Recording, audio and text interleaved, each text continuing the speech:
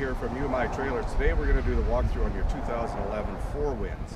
When you arrive at your campsite, if you're having it delivered, it'll already all be set up, but we just want to walk through some of the more important stuff of the trailer. We're going to start at the front here with our power jack, so we just ask that if you have children with you that they're not playing with this at all. Behind that we do have our propane tanks, and as I said, everything will be set up and running, but everything always starts on the left-hand tank. That's where we have, because it's a park tank. This one will always be full.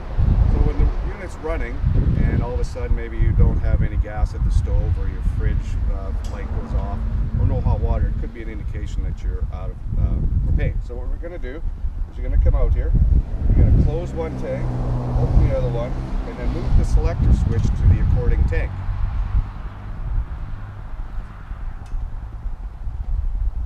Also behind here, we do have two 6-volt batteries, and on the far side here we do have what is called a battery bypass. It needs to be in the horizontal position for you to be getting power from the batteries to the trailer. Now if you're dry camping, that's really important. If you're not dry camping, it's not so important, so you can leave it off, but it will be in the horizontal position when you arrive. On the back left-hand side of your trailer are some fairly important things. Here's where your electrical will be hooked up, running to your campsite. This will be your water from your campsite. Underneath here is your outdoor shower. There is a hose up in the front compartment that you would connect to this if you want to rinse off your feet or anything, if it is quite sandy. Down below here is the most important thing. When you're hooked up to the campsite, when you arrive, you will be hooked up. There will be a septic hose going from this connection to the septic hose. The smaller of the two knife valves is your gray water. Inside, and I'll show you this a little bit later, is your command center or your control panel, which will tell you what the level of your holding tanks are at. So the small one is your gray water, your sewer, your black water is the big one. So what you're going to do once you reach close to capacity on the inside of the trailer is you're going to come out, your hose will be hooked up, you're going to pull out on the black water valve towards the rear of the trailer. That will allow all the sewer to drain out. Once that's drained, close that knife valve and then open up the gray water. That will push through all the septic in the hose, so you won't get any smells at your campsite. On the right side of your trailer, you do have your awning, which is an electric awning, and two outdoor speakers. With your electric awning, we want to just remind you that if you're not in attendance of the trailer, bring your awning in. If a big wind comes up, bring your awning in. At night when you go to sleep, bring your awning in, because you never know if the wind is going to come up, and it does happen quite often in the Okanagan-Shuswap area. Also, on your door you do have a screen door, which has a black handle here. Make sure that you're actually pushing down on that handle to close and open it, otherwise you will break it. And this little lever here is about $60 to replace. The scary thing I didn't mind to tell you about the awning is that if you do happen to leave it out and it gets ripped off, they're about $4,000 or $5,000 to replace. On the back side of your door, you're going to find a wind latch. Very important if you have kids in the unit, so whenever the door is left open, you want to just clip that in, then you can close your screen door. And close your slide. No bugs get in. But if a big wind was to come in and this wasn't strapped in the back, that could be very painful on some fingers that might be in the door at the time. In your bathroom, we're going to go over a couple of things. Number one is your toilet operation. We do supply RV toilet paper for these, and that is the only thing that can go down the drain other than your business. No Fenno napkins, no toys, no paper towels, no personal wipes, any of the sort going in there. They're not quite the same as your home system. Things can pile up in the tank, and if that happens, we end up with a big mess. We do scope our tanks, so please ensure that you don't do that, as we don't want to have to make you incur any further charges. So anyway, how to operate. You push down on the pedal, about a third of the way. Water will fill into the bowl. I would suggest about a half a bowl. Do your business, and then push down all the way on the pedal, and that'll flush it. Important thing to remember when you're dry camping is that the tanks are only so big in these units. Most places that don't provide hookups such as power, sewer, and water do have facilities on site. We would suggest that you use those during the day and save your bathroom for emergencies only at night. Your shower is much the same as your house.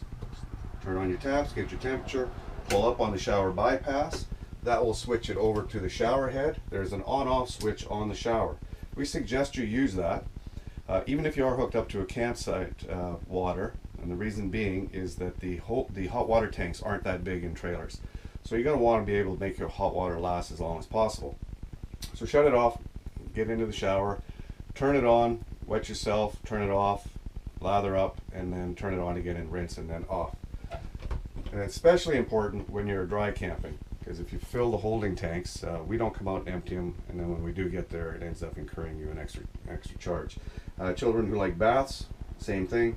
We're going to use about half a tub of water at any given time. And if you're dry camping, you might want to keep your baths down to a minimum. So just outside your bathroom, you're going to find your bunk room. These bunks, top bunk is good for about 150 pounds, bottom bunk is good for about 350. There is an emergency exit through this bunk below. All you have to do is flip the red handle out,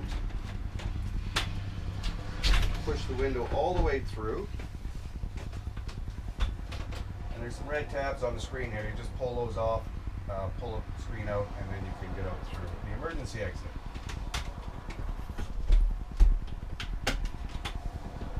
There are also lights located in each one of the bunks. It's just an on-off switch, pretty easy and simple to use.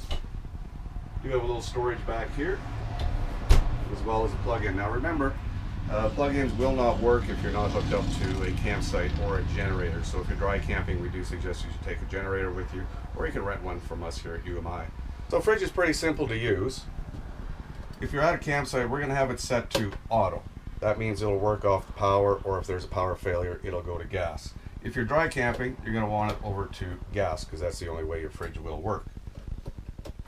Right here is a little 2 indicator lights. One is green for that the unit is on, and 2 is the gas check if flashing light.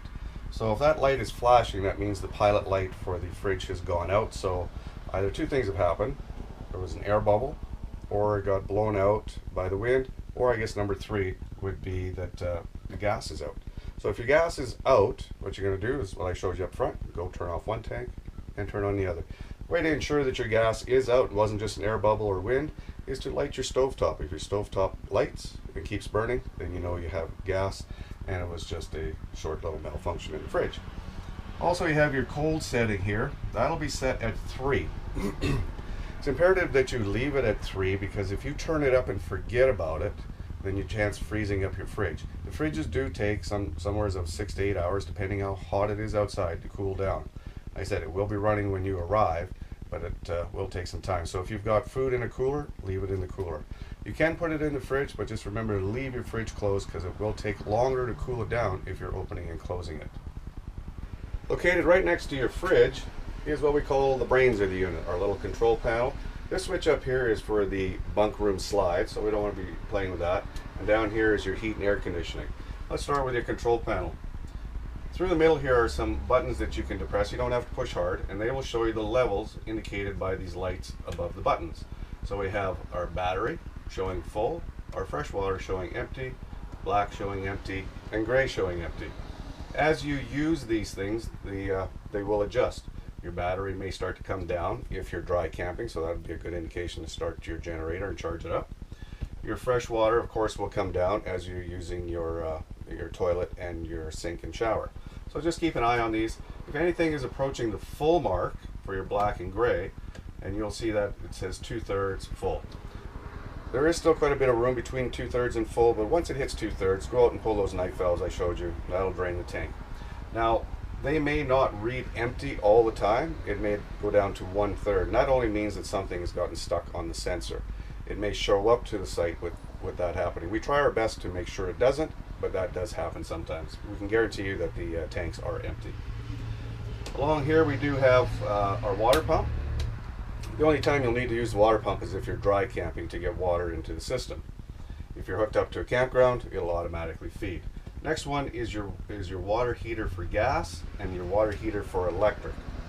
For your gas, if you are at a campsite with power, we will be on the electric. But if you're at a campsite with no power, then we're going to have you on gas. Between the two is a little light. If that light is on, that means your pilot light for your hot water tank has gone out. Simply turn it off, wait 30 seconds, turn it back on. If that light comes on again, test your stovetop, make sure you have gas. If there's no gas, go to the front, switch your tanks. Sometimes these can take a couple of tries. The reason it would blow out, I guess it go out, is if the wind blew it out. There's a numerous little things, but just keep an eye out for that, or if you have no hot water, you'll see that that light is on. Below that, we have our furnace and our air conditioning. Air conditioning may work on a 20 amp service. We don't guarantee it. We guarantee it'll work on a 30 amp service. But if you're going to try it on 20 amp, make sure everything else in the unit is shut off. And simply put the control switch to either cool or furnace. Set your temperature. It should always be started on low. Once you set your temperature and your air conditioning kicks in, give it a couple seconds to get going, and then you can switch it to high. Another thing you don't want to do with your air conditioning is leave it on all day long, especially if you have no tree coverage, because you do chance, once again, freezing up the unit and then having no air conditioning. And that is it for the control panel. Your kitchen. Let's start with your microwave. There are lights on the microwave that will indicate whether you're getting power to the unit. So what I mean by that is if you go and plug in a coffee pot at one of the receptacles and it's not working, first thing we want you to do is look at your microwave and make sure the lights are on. If the lights are on and you have no power there, and to my right here is the breaker box, much the same as a home breaker. Just go ahead and find the one that's tripped and kick it back. If there are no lights to your microwave, that means one of two things. Either somebody's unplugged the trailer from the power source, or the campsite has lost power. If you've checked it and it's all plugged in and there isn't a GFI switch in it, because if there is, just reset that. But if there isn't, then you'll have to track down your camp host and let them know you have no power. When running a generator, you can use the microwave and the air conditioning, as long as you got a 3000 watt, but you can't run both at the same time, so keep that in mind. If you do end up doing that and kicking out the generator and everything goes dead, just go out, unplug the cord from the generator, restart the generator, plug it back in, make sure everything's turned off inside, and then just use one at a time. You do have a hood fan. It does have a vent on the outside, so if you want to use the hood fan, just go to the outside, open the vent, and you're good to go. For your stovetop, take any one of the burners, turn it to light it. Once it's burning, you can start up any one of them. This one does have a striker on it. Sometimes these work, sometimes they don't. For your oven,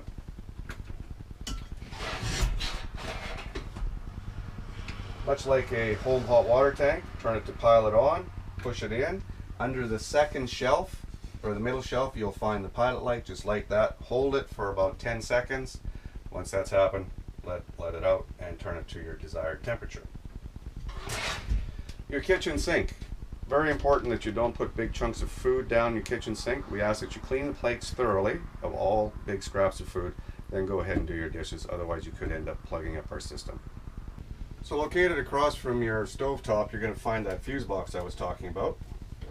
In here there's a bunch of fuses with little red lights. If you look into this fuse box and you see one of those little red lights on, that's when you're going to call us and we'll come out and change that fuse. If there are no little red lights on, then look for any breaker that might be flipped. If there is one that's flipped, make sure you go on, all the way off again, and then back on. If you don't do that, the switch may not engage and you'll be calling me, and we come out and find out that you just didn't do it properly. You do incur an extra charge. So it's all right in here, your breakers for your microwave and all your power and your lights in this little box. Okay, let's look at some little extra seating or sleeping area. We do have a double bed here when you fold down the table. All you have to do, pull up on the tabletop, lean it against there, pull out your two tubes, aka your table legs. Between the two cushions, you will find a ledge to set that down on.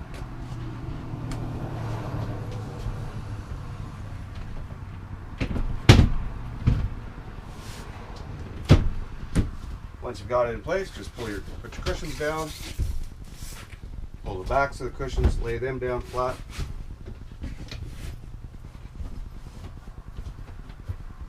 and you have a double bed. Over here you have a scissor couch. All you have to do is lift up, flip it back, and it lays out into a bed as well. Here you have your stereo for the unit, and you do have some outside speakers and inside speakers on this thing.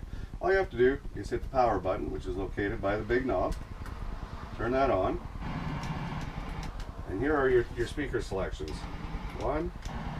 So we've got speakers at the front, speakers at the back, and speakers on the outside of the unit. You can also plug in a USB stick here, or you can actually plug in an iPhone or something into this connection here if you do have the one that's a 1/4 inch jack. And your TV. Now we do ask that anybody under the age of 16 does not use this unit without parental supervision. So please keep care of it, and don't turn it up too loud because you will end up blowing the speaker, and again that would be an extra charge to you, and we don't want to do that. Window operation. This one has what we call a dial window. So you're just going to turn it. It's going to feel like it's not doing anything. Keep going, and then all of a sudden it will start to get a little harder. It may even be a little bit stuck, so just keep turning and it will pop open. Again, when closing, keep turning so it closes all the way. It will spin a lot, and then it'll finally close.